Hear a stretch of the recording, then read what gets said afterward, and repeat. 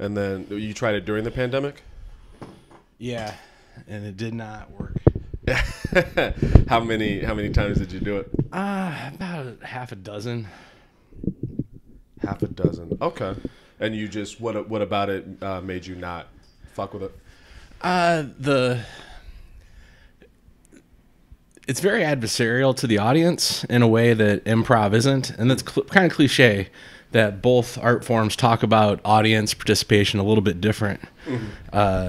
With improv, you're very much winning over the audience, and you're with the audience, and you're delighting the audience, and you're inspiring. Stand-up in a lot of art forms are like, we knocked them dead, we killed them out there. It's subtle, but it's in the language. So for you, the stand-up feels more aggressive at the audience. Is that how you would describe it? It's adversarial, like I say. It's yeah.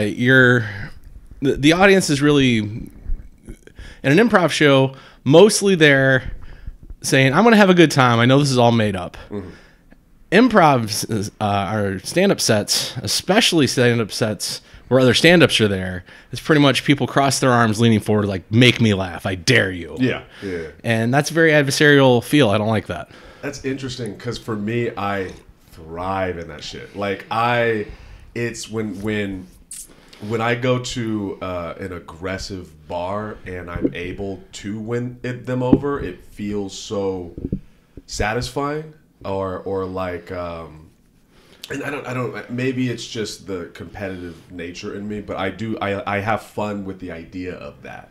Right on. I guess obviously everyone has their own style about going or desires in art, but I also understand the improv stuff. I did improv all throughout high school and college, and so I get it's a different feel completely. And yeah, the other just truth of it is I don't like writing jokes. I don't like doing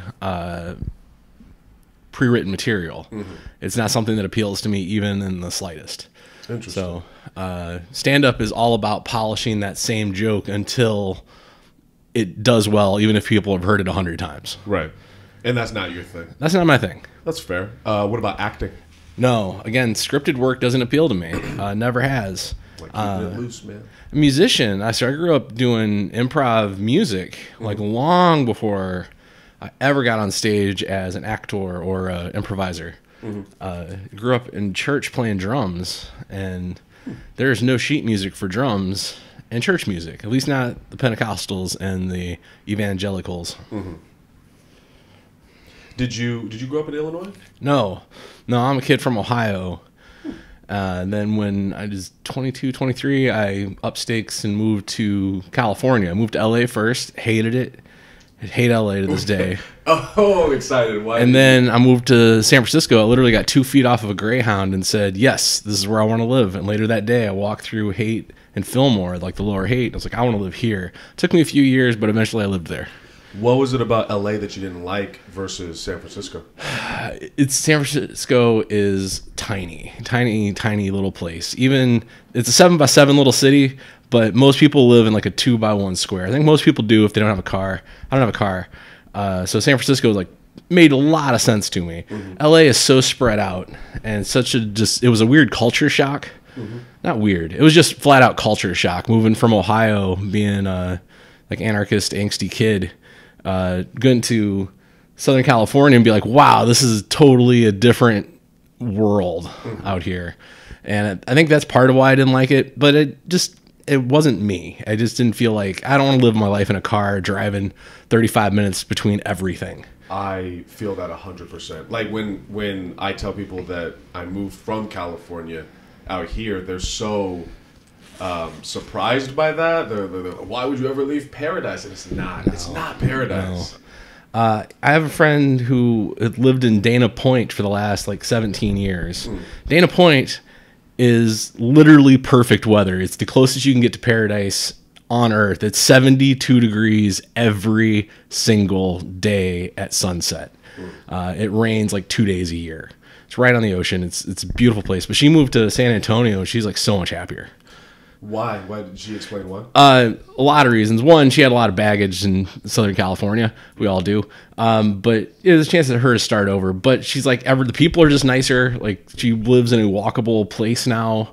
Like, you don't think San Antonio's a walkable place, but their downtown actually is pretty compact in like a little neighborhood. And she just made like a giant circle of friends like immediately. And she lived in the same building for years and knew like 2 other people who lived in the whole complex. That's just how it was down there. Yeah, there's this idea, and it's specifically with like California and like New York, I think, where everyone that's outside of it has this idea like, no, that's where you need to be, and sometimes it just doesn't fit for you. Oh man, yeah, I know that feeling. It took until 2018 because I kind of had like a feeling like maybe I've overstayed my welcome in San Francisco. There's like 3rd, 4th wave of friends. I've seen a few theater ideas come up, a couple of them stick around, and I really like the groove that was happening in the art scene there. I always like that. Everybody always loves that about San Francisco. But I started making like plans or thoughts of like, well, why am I actually here? And then one day in 2018, when everything was on fire in the state, the sky turned orange, the sun didn't really come up, and it rained ash on San Francisco. And that was the day I'm like, I don't think I want to live here anymore. I think I'm done. It's a message from God. So let me go live by a place that, 1, the state isn't going to burn down. 2, if worse comes to worse, we all live by the largest supply of fresh water on the planet. Yeah, I don't feel like the state's going to implode on me in Illinois.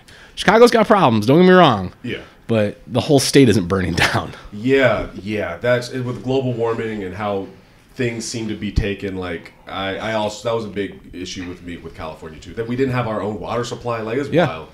And Illinois, I mean, it works perfect because it's like Chicago is like known for improv. So yeah, improv mecca is what we used to kind of think of it as in San Francisco.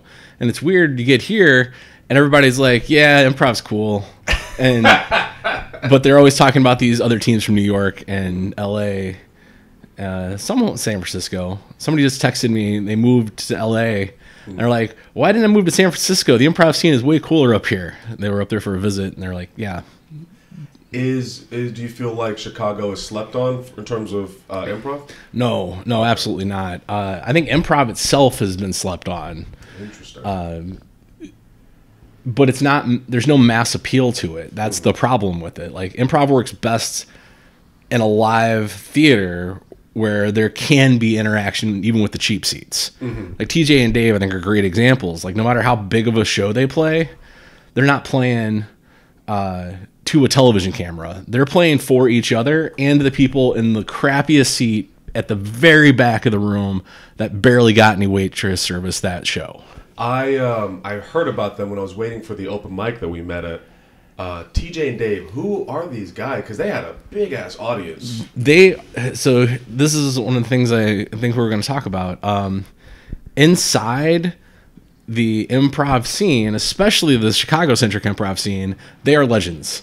They are the best thing going. So they're the guys. They are the tip of the mountaintop of what you can do with improv as an art form in a lot of people's eyes. I love them. I don't put them quite on that pedestal. They wrote a great book called Improv at the Speed of Life.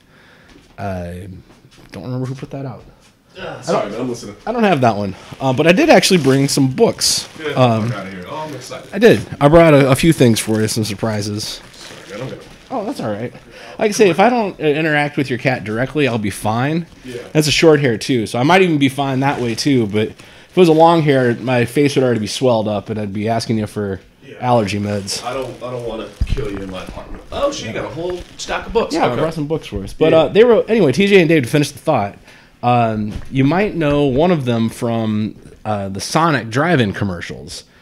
Look that up now. Yeah, okay. if you look up the Sonic drive-in commercials, you'll be like, oh, that guy. That's one of them. And they're just masters of their craft, and they completely trust each other. They have such a wonderful group mind. It's almost like they're telepathic on stage. How long have they been working together? 20-some years, 30 years? That I don't makes know. a lot. It's been a long time. They used to have a Wednesday night 10 o'clock show at the I.O. and it was always sold out. It was hard to get into. And then they had their own theater, actually stage theater for a second. Yeah, that's dude on the left. The dude on the left. Oh, okay. Okay, that's TJ or that's Dave? Yes. Which one? Exactly. They become one human? They basically become one person. Okay. No, that's TJ, I believe. Someone's going to listen to this and be like, how did you not know that? I'm like, I don't know. It's 11, what is it, 12:15 in the morning? Man. Or I guess afternoon. I count on Saturdays, the morning goes to 3 p.m.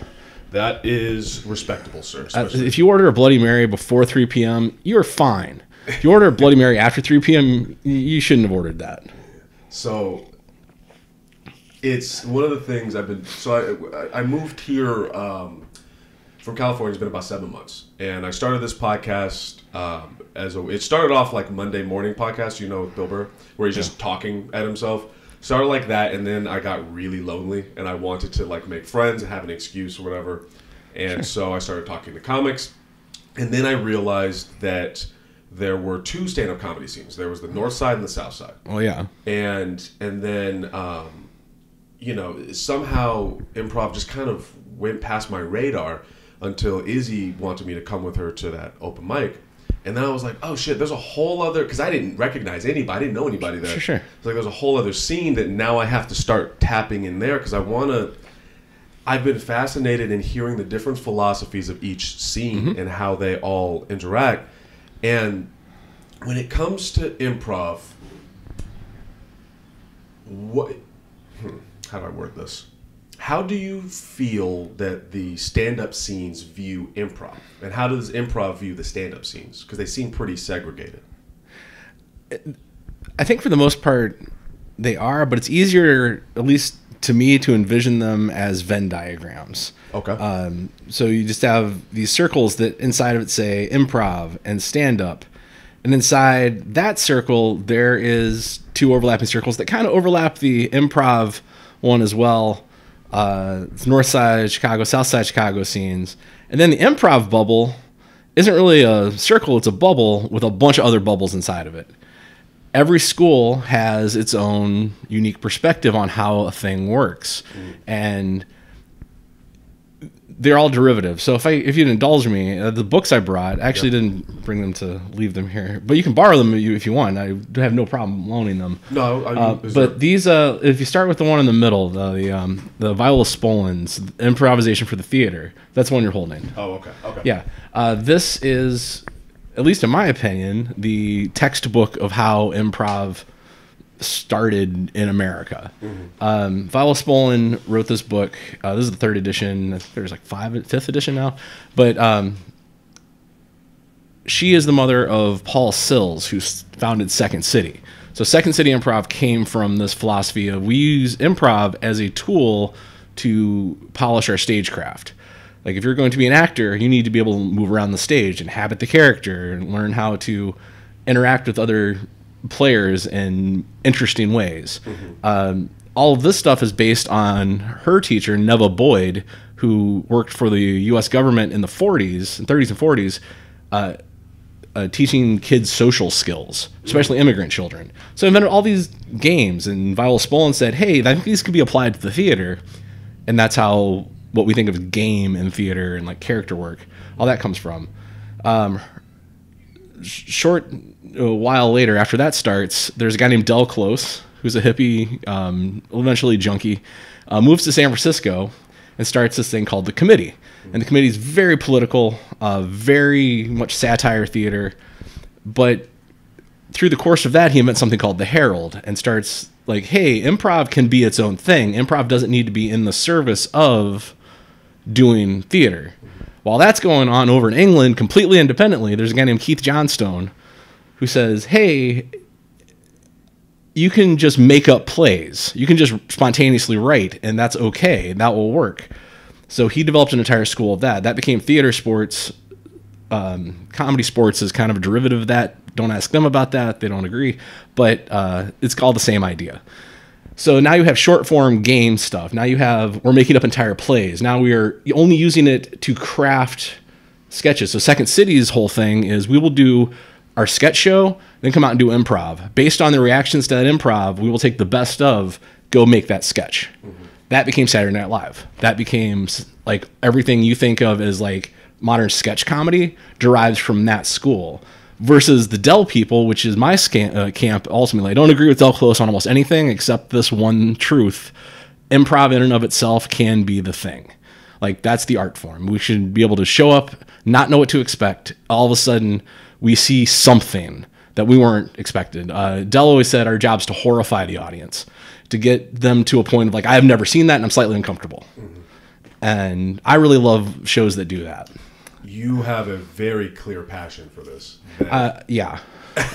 I feel like you should do a whole dissertation at a college or something. So in that pile, the third book down, not the little book, but yeah, that's Mick Napier's Improvise Scenes from the Inside Out. So I.O. Theater, which is Del Close's theater, was all about like having these rules and like, this is how you do it properly, to have a repeatable, good process. Don't deny, don't ask questions. Mick said, no, you don't need any of that. You just need to embrace your character as hard as you can, and everything can flow from that. That's a bastardization and a very shortened version of what's in that book.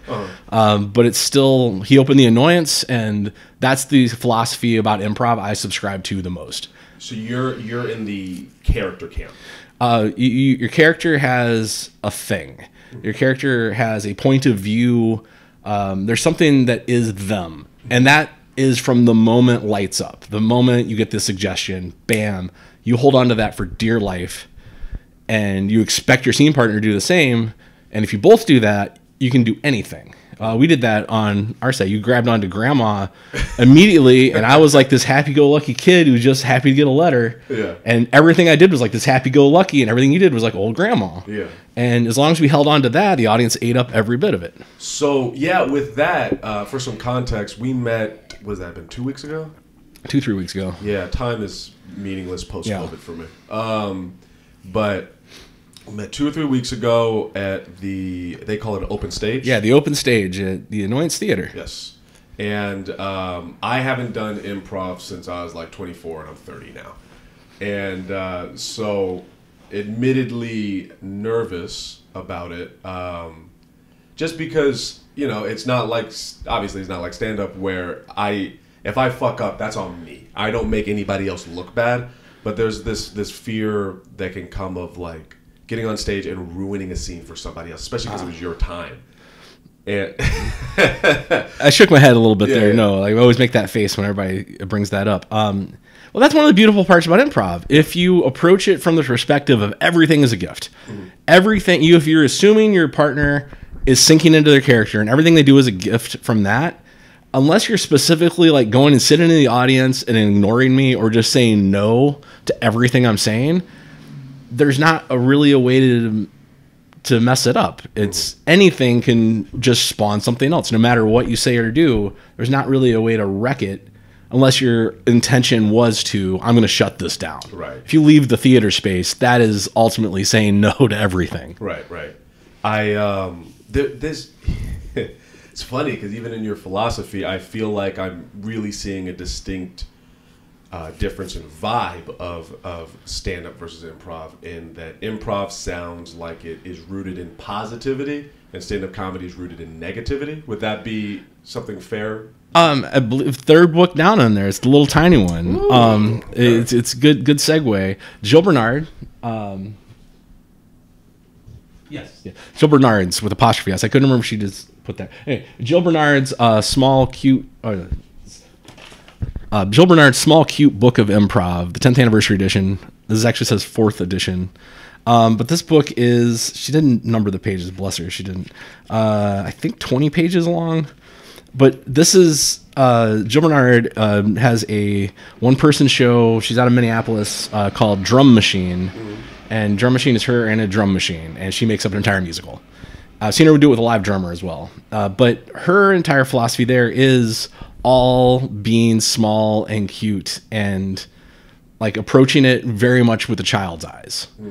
And I think that sums it up extremely well. You take it like just as a wondrous experience, and you're going in there to explore what happens. There's a quote from the Viola Spolin book about creativity that I really, really like. Don't want to bother looking it up. But it's taking the creativity is the act of taking something from the unseen into the realm of the scene. Until we reveal that curtain or pull back that curtain, every moment contains every possibility. Mm-hmm. And the act of bringing something into the phenomenal world, that is creation and that is creativity. And that is what we do on stage as improvisers. That's what makes me excited. I'm not there to make you laugh. I am there to figure out on stage what makes what we can do, like where we can go with this. That's fascinating. What you said about looking at it through a child's eyes, mm-hmm. and I know I'm continuing this compare and contrast thing because that's kind of where my head is at. Sure. I can see that. I can see it's playing pretend feels condescending, but playing pretend. No, it is. It's very much open to the imagination. Not to say that stand-up doesn't have imagination to it, but there is a different. There's almost an innocence. Yes. In its purest form, yes. You ever see the Gus? Is it Gus Van Sant? No. Les Idiots. Lars von Trier. Man, you're gonna have to edit this because I do not remember who made this film. But anyway, yeah, I'll just drop that line. We can edit that part out. But no, if you just the whole point is there's a movie out there, The Imbeciles, and it's characters that just chase whatever is interesting at the moment, and they devote their lives to just being imbeciles. Mm-hmm. It's a horror movie at the end of the day. It's like people making very terrible decisions on that. And that was, I think, an exploration of the same idea. Like, we have the safety of the stage. Mm-hmm. Like, you can have a giant glowing orb that's casting radiation and a giant dragon that's breathing fire, and no one's scared. Mm-hmm. It's delightful when you can do things like that. But and you said something interesting there. You didn't want to say make believe or play pretend. Yeah, I didn't want to sound condescending. You don't want to sound, but that's what culture has taken from us. Like, when you were 4 and 5 years old, you know that's perfectly cool. Like, just to play pretend and explore the world in a safe way and sound things out, and that's compromise and like just build on what each other's doing. We know that's like a great path. Mm-hmm. And then we turn into pubescent monsters and we hate everything and everyone and everything's embarrassing. Mm-hmm. And for most people, they kind of stay in that mode for the entire rest of their lives, and it's really sad. And then there's an entire field of artists out there who are like, no, I'm going to get on stage and do something about this. And we're going to go on a journey together, whether it's I'm working out my issues. And I think I've seen a lot of stand-up that is just people working out their issues and people that are like pointing out the foibles of life. Like, look how ridiculous this is. That's, I think, the best stuff is observational satire. Mm-hmm. It's just pointing out, like, this is a ridiculous situation, everyone. Why aren't we constantly laughing at this? How absurd is all of this? And then the people that are literally, let's explore the space. There's an entire other side to improv that is therapy. Mm-hmm. Theater of the Oppressed, which comes out of Brazil. There was a whole movement in Germany after World War II, improv theater, to get the children of Nazis and the children of Holocaust survivors, like, to interact in stage work. Like, there's some very serious stuff that you can do with improv, but we, in the U.S., thanks to the books I mentioned, kind of relegate it to the entertainment world. When did this passion for it click for you? 2010. I took my first improv class, and at the end of it, I was like, what was that? Yeah. How is this a thing? How have I never even experienced or heard of this? I didn't get on stage for the first 2 years I did improv. It was just classes and just working out. And what made you take those classes in the first place? Curiosity. Okay. I was at a Valentine's Day party in 2010. Okay. And a friend of mine mentioned she was taking a improv class at the YWCA in Berkeley. This is when I was living in San Francisco. And I said, what are you doing in an improv class? She's like, oh, you just learn how to play these games and it's kind of fun. I'm like, oh, okay. Based on nothing more than that, I signed up for the very next class, which happened to be at BATS, formerly stood for Bay Area Theater Sports. It's the Keith Johnstone School. That's why I know about Keith Johnstone and that entire philosophy of improv. As I studied it, that's how I came up. Mm-hmm. Like I say, I spent 2 years not even getting on stage, just studying that. And the deeper I got into it, it's like, this is not just about stagecraft. This is a very big set of ways to look at things. Philosophy. Yeah, that's a more succinct word than I would use. And then okay, so you started stand up, or you started improv first, and then you tried stand up in the pandemic. Yeah, in the pandemic. So huge shout out to the Comedy Pickup. I heard about that. Yeah, Donovan Strong. The Comedy Pickup was the savior of 2020. Like, everything shut down. There is nothing you can go to. There is nothing going on. I got really into walking and riding bikes, and I really love Chicago for its architecture, and I got to know it in a very interesting way, but like, there was no scene for anything. And then one day I hear about there's this pickup truck that this comics stand up in the back, and they don't have permits. They're not asking permission. They're just going and making the show happen. They hung a dirty sheet that really terribly, I have tons of pictures of this, terribly written Comedy Pickup on the side, and their Venmo account IDs, so you could give them money. And I saw some of the best and worst stand-up I've ever seen in my life. And it was joyous. Like, we were all out in the park, and this is like the only show in Chicago for months. Yeah. And then it got to the end of 2020, and they shut down for the season. They did a U.S. tour. They have kind of crazy stories about that. And then when they came back in 2021, I'm like, I'm going to give this a shot. Like, I'm going to write some material, and I got some good laughs. I got mostly just stares. But it wasn't the fact that, like, my material wasn't good. Like, it just wasn't an enjoyable experience. I know what stage work is. I know, like, what it's like to properly engage with an audience. I've been a musician since I was like 11 and been in front of people like the entire time, and it just wasn't there for me. It's like, yeah, I don't dig this. What did you write about when you wrote? So it's like any band's first album. You go through all of your material you've written before you were a band, and they're like, we're going to put this best of on a first album. And I went through my phone through multiple old conversations I had with one of my buddies from San Francisco who I was on improv teams with. We used to write each other jokes every day. We would like give each other a prompt and just write a joke back and forth. So I went back and like pulled that out. They're not even good jokes. My favorite one though ever is still, hey, y'all seen my cousin Vinny? Oh, you have? If you see him again, tell him I said hi. I haven't seen him since he moved to Cleveland. Yeah, exactly. It's that kind of joke though. And that was the style you were doing? That was what I was starting out with. And then I tried like just, hey, I'm gonna talk about this crazy thing happened to me this week. Try to frame it, and it's like, yeah, I'm not the kind of person that just gets up on a mic and does that.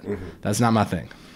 Yeah, I think it's one of those, I've been working on myself and trying not to project myself onto other people as much. And for me, that passion, what you do, these books and everything you've been describing with improv, is how I feel about stand up, where I'm in my head, I'm like, how could you not love doing? And it's like, well, because we're different people, and what makes us happy is different. And so I'm learning. I'm learning that I'm really working on like not being as judgmental. And it brings me back to this other thing, the environment. It sounds like the environment of stand-up comedy, what it means to grind in stand-up comedy, wasn't for you. I don't want to put words in your mouth, but I would describe it as almost uncomfortable. Yeah, I would not say extreme word is uncomfortable, but not what I wanted to do. Okay. I'm very much a person who is very fortunate and privileged enough to do pretty much whatever I want to do.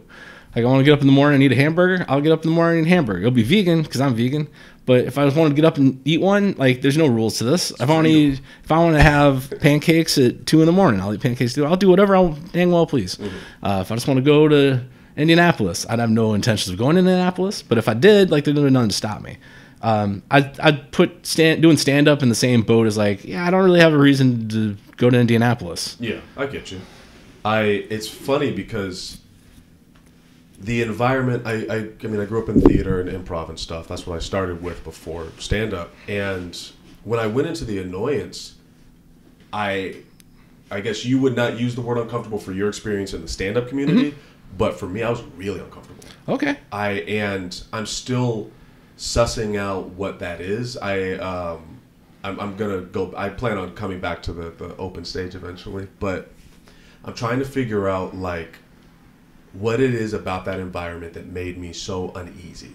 And I don't think I fully grasp it yet. Well, you were there for a weird show. That was the week TJ and Dave was there. They did a 2-week run, and normally we're in the big space, so everything's a lot more spread out, and it's not the nervous energy of people on the wings. Like, oh man, I didn't know it was gonna be this crowded. That's even if it's a full house. Like the big theater holds, I think 100 people, so it's still not crawling up the walls. Yeah. It's very relaxed. So you were there for a very high anxiety show. I think it's funny because it felt like, and this is why I really want to talk to the improvisers as well. It felt like the people, there was a different vibe, and before we keep going, are there anybody you suggest I hit up to do this that would be interested, or improv and they're known in the improv scene? Tons of people. You want me to name names? I mean, if you feel comfortable with naming names. I mean, they're all people on Instagram that they have. Let's see, Sage Houston would be the very first person I'd talk to if you haven't already talked to her. She's one of my heroes from the scene. She's so prolific out there doing stuff. Daryl Monty, I know him mostly as a stand-up, but he does improv as well. Timothy Edward, that'd be an interesting conversation. Max LC, Zach Hacker. I'm gonna tag them in the clip with all of these. Yeah. And there's tons of people. Okay. I don't want to like leave people out. At this point, I'm like leaving people out. I'm just literally like scrolling through my contacts. And you want to get everybody in. I get it. Exactly. We'll probably talk more off of it and find people to do this with, but I'm trying to suss out that feeling because there was something about the vibe that made me uneasy, and I know that's strange because I got to go on stage plenty of times. I had fun set. Good. And I wanna figure out what that is. But what do you mean by uneasy? Have you seen the movie Get Out? No, actually, I've never sat through it. Ooh, I need to. It's great. There's the whole goddamn movie's like this. But do you know the premise? Yeah. Okay. There's a scene, many scenes where one of them is where the boyfriend Chris is with the dad, and they're walking and they're talking or whatever, and the dad says, I would have voted for Obama for a third term, and it was just like I felt that so many times in my life, and it was awkward, and it was God damn it. I'm going to ask you another question, and I'm going to suss out what the fuck I'm trying to say here. And that is, do you have, is there a particular goal for improv, or is it just do what you let the wind, sails take you where you... Yeah, this was a sentence I said. That, let's just substitute the word improv with life there, and it's the same problematic question. Okay. Improv, as we've discussed, there's at least 4 books sitting on your table that contain 4 different approaches, let alone the outcomes different. In fact, that's one of the reasons I like Mick's book, is in the middle of it, he says something akin to, you spent a lot of money on classes at this point, and if you want to keep taking classes, that's cool, but know why you're doing it. Know what you're going for. Pick something and go toward that. And that something doesn't matter. For me, it's literally just creating more art. No worries. For me, it's literally just creating more chances to go explore what's possible at the theater. For some people, it is, I want to go do sketch comedy, and this is how I get good at that. For some people, it's like, I really want to get on Saturday Night Live. For some people, it is, I'm just doing this for fun for a couple of weeks, and next year you talk to me, I'll be doing something different. And it's all over the map. There's no like one true path to success with improv. Again, because improv is not really a mainstream thing. If it wasn't for the fact that some stand-up bought a theater and called it the Improv, most people wouldn't really know what that word, and it wouldn't be common in our lexicon. Whose Line Is It Anyway really did push a very specific form of it with an English audience first, and then it got imported here. But improv of like, hey, it's Saturday night, I'm going to go to an improv show, isn't a phrase that utters out of most people's mouth. Right. I'm going to go back to that, but I think I have a breakdown for this. Okay. Okay. So far I've seen, if I'm to compartmentalize it as much as possible, I've seen 3 scenes, which is South Side, North Side, Improv.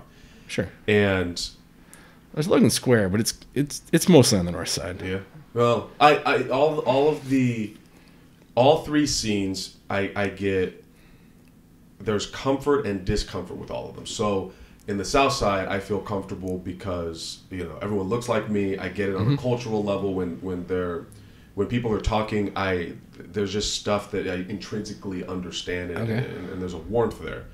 But the discomfort is, I grew up in the suburbs of Riverside, California, and people can pick up on that. And there's, the phrase "too black for the white kids, too white for the blacks." That is something that I've dealt with most of my life, and that's where the discomfort comes in. Okay. The North Side, the comfort is that these types of comedians I'm very familiar with from where I'm from. There's a feeling to them, and there's it's very it's a very non-judgmental is not the right word, but it's a very like, fuck it, go for it type of vibe. And then the discomfort is it doesn't have that same warmth on a cultural level that the South Side does for me. And then with the improv, and this is, just being there once, and I really need to go back. Sure. But with the improv, the positive was it reminded me of theater and that playfulness, that childlike energy. I remember I went to the back area, and there was a girl dressed up as like Belle or for some Beauty and the Beast or something.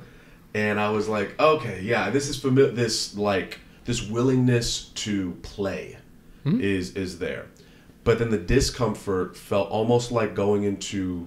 You ever been in one of those like Jehovah's Witness churches where, or one of the like you ever talk to like a Mormon? Yeah. Where they're very happy and they're very smiley. Yep. And you don't doubt that they feel happy, but there is something off kilter. There's something that. Do you watch film a lot? You seem like a film guy. You know when they do a Dutch angle, like where it's supposed to make you feel a little uneasy? That was the feeling I got, and I only went there once, and I need to go there again to get more experiences. But I don't know my point. What I do know is those are the feelings I had. Well, no, those are all valid feelings, and thank you very much for sharing those with me. So somebody said, "Oh, Cat, come on now." I'm sorry. That's all right. That's all right. Cats know I'm allergic to them, and that's just a thing that happens. Yeah. No, it's a cat. My train of thought. A train of thought there. Someone asked last week at that same show. So I will say this about the open stage. It is an open stage. It is the longest show in Chicago. It's 2.5 hours long, plus sometimes. Yeah. It is everything you can think of. It's all mime, which is different. Yeah, it's mime, crazy musician stuff, comedy, serious music. I've seen rap artists there. It is an interesting, everybody show up. This is just a commonplace. It won Best Mic in the City, according to the Chicago Reader, if you have put any credit with that. But somebody asked at the show, like, who here is from Chicago? 3 people. Packed room. Same room you were in. 3 people. So it is a lot of young